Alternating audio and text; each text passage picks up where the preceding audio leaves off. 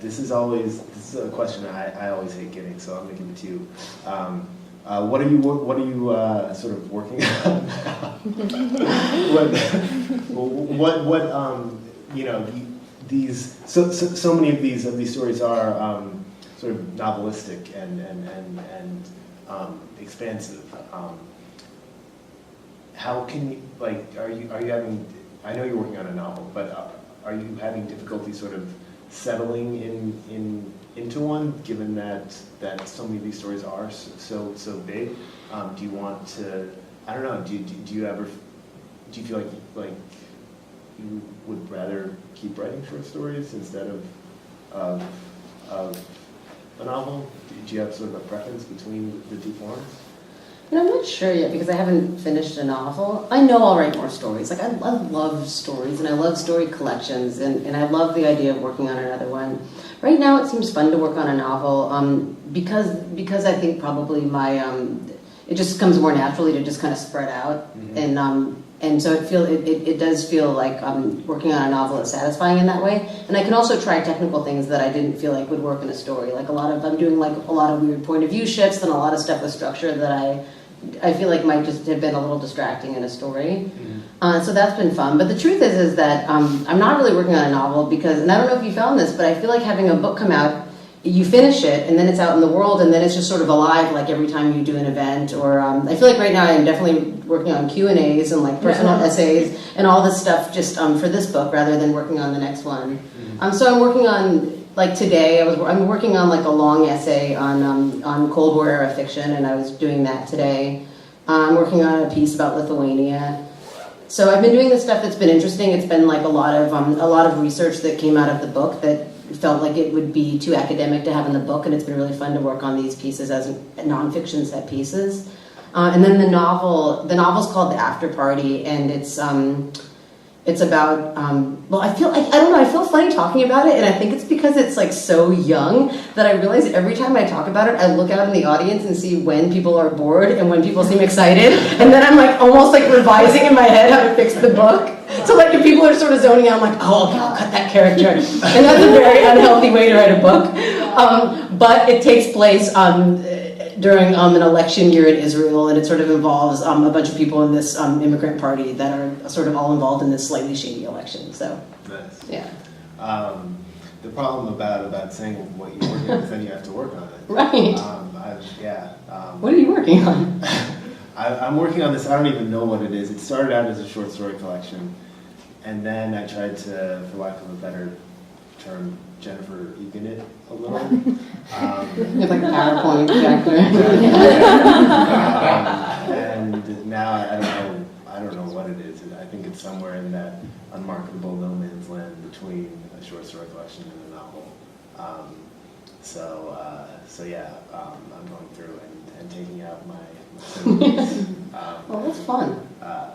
But it feels strange, sort of coming to it. Maybe I feel like maybe we're coming to our different projects from different ends of the same street. That my first book was a novel, and then sort of moving into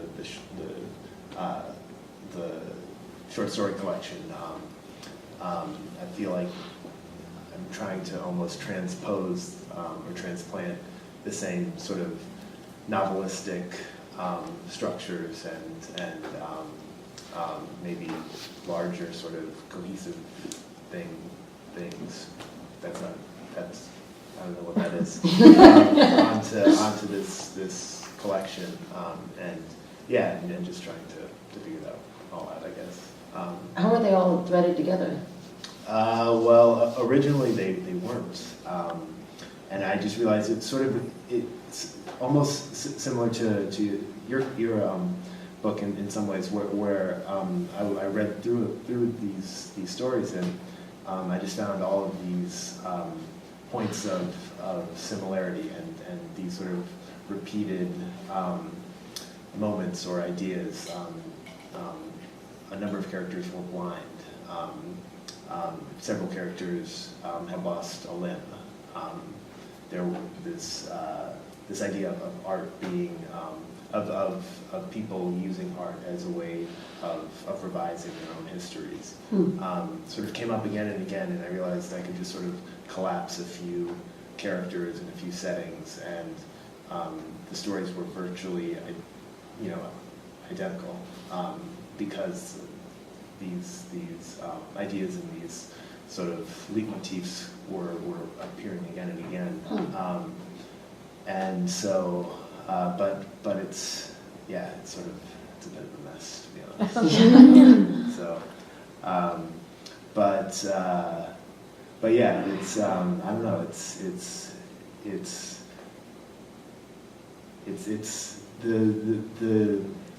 the shorter form. I feel like you can write a perfect story in the way you can never write a perfect novel, I think.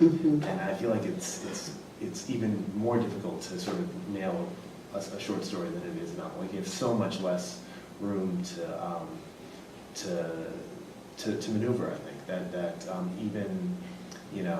even in something like an Edward P. Jones story, he's still, it's still, everything is so deliberate, and there's not a wasted sentence.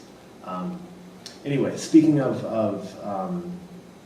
Edward P. Jones, of Cold War literature, what were some of the fictional influences?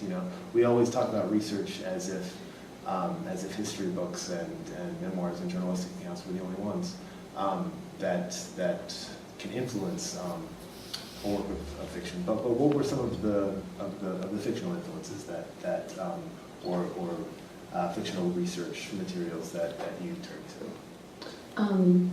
to? Grace Paley is probably, for sure, she's my favorite writer, and so I think that without even realizing it, I was just sort of kind of talking to her as I was writing this book.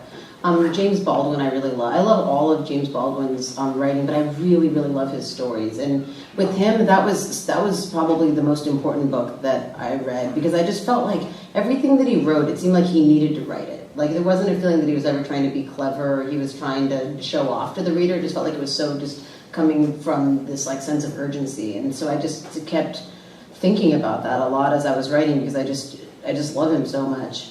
Edward P. Jones was really big for me. Bruno Schultz I really love.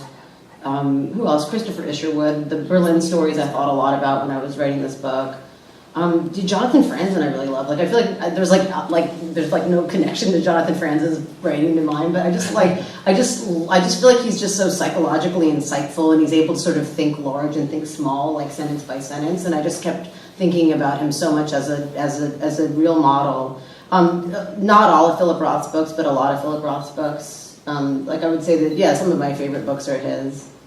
Yeah, I just reread The Corrections a couple months ago, and it's, I think that's a perfect way of putting it, that sort of, each sentence can sort of swing between, just the fine texture of daily life and these much larger sort of, it's like he can be Wikipedia and he can be this, this little magnifying glass. Yeah. In a way that, I don't know how he does it. Yeah, it's amazing. It's really amazing. Yeah. And then he can just get all the voice. Like I read Freedom like 4 times in a row, because I feel like it's so, recently, because I think it will be so useful for the novel to think about how we can just get everyone's voice and point of view so right, and you're never lost. Like I just feel like he is just such a generous writer. Mm-hmm. Yeah. Were there any writers that you intentionally avoided for fear of I don't know, are you, I feel like maybe different writers have different opinions on the idea of avoiding certain writers while you're working for fear of mimicking their voices too much.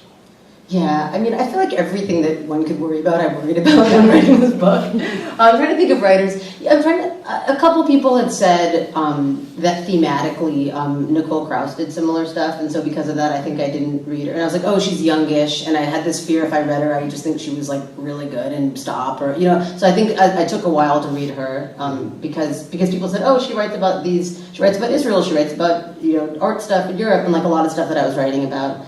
And then what I found mostly is I used to worry so much about the influences and just worry that if I read, certain writers that it would just so appear in my voice. And then I read an interview with Or it was Rivka Galchen said this, and I thought this was so smart. She said, just read a lot of stuff, and the more stuff that you read, it will all start to bleed together, and no one will be able to see like who you're copying or who your influences are. And I thought that was really great advice.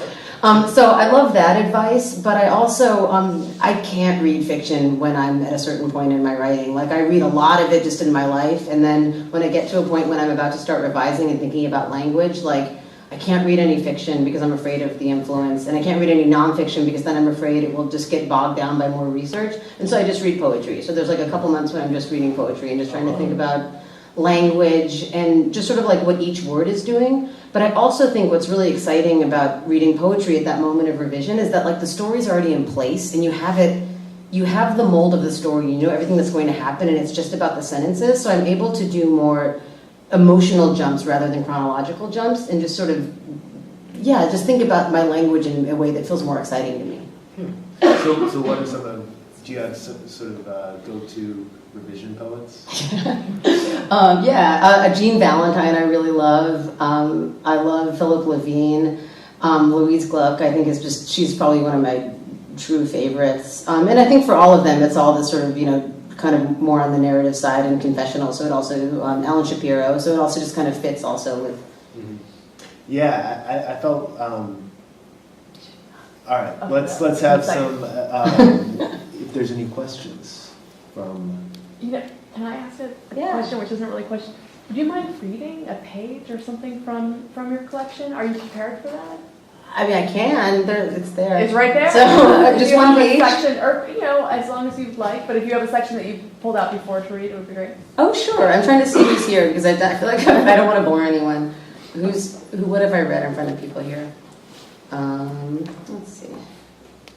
You could read his notes. Yeah, I'm just going to read Tony's questions. Okay, I will read I will just read like the opening page and a half of the last story, which is called Retrospective. Can you guys hear me? Could everybody hear me tonight? Okay, I said that fear. So this is Retrospective. Friends quoted in the obituaries talked about Eva Kaplan in her heyday, back in the 60s and 70s. They talked about the parties she and her husband used to throw in their Jerusalem home, inspired by the secret apartment exhibits Eva had attended in Moscow. A few Russian artists were often in attendance, and friends recalled them standing in front of their paintings, surrounded by philanthropists and UN officials and Knesset members, while Eva swept through the crowd in a silky pantsuit, a cocktail in hand, wearing what appeared to be all of her gold at once. The exhibits went on in the living room, but displayed throughout her home was the permanent collection amassed over a lifetime. The Picassos and Ligets bought for a pittance back in the 30s, when she was still a young and ambitious art student in Paris. The Cottons and Gottlieb she began collecting in the 50s during her years in New York. And, of course, the works that had made her as famous in her circle as the painters themselves. The hundreds of pieces she smuggled out of Russia, right up to the fall of the curtain. The art, her friends admitted, wasn't always that great. Of course, the whole point, one friend said, was that it was supposed to be edgy and political. But there was no getting around how unappetizing it was to stare at a canvas of Nikita Khrushchev in a compromisingly sexual position each morning over breakfast. Other pieces had been virtually destroyed by the time Eva exhibited them. It was hard to know if the poor quality had to do with the fact that the artists often worked with anything they could scavenge off the streets, mud and trash and auto paint, or if it was the shoddy way Eva had packed them, so that by the time the smuggled art made it through customs at Ben Gurion and was unveiled on her wall, the canvases, which sometimes weren't canvases at all, but paper bags or burlap sacks, were so faded and torn it was hard to see what the artist's original intent had been. And I'll stop there. Oh.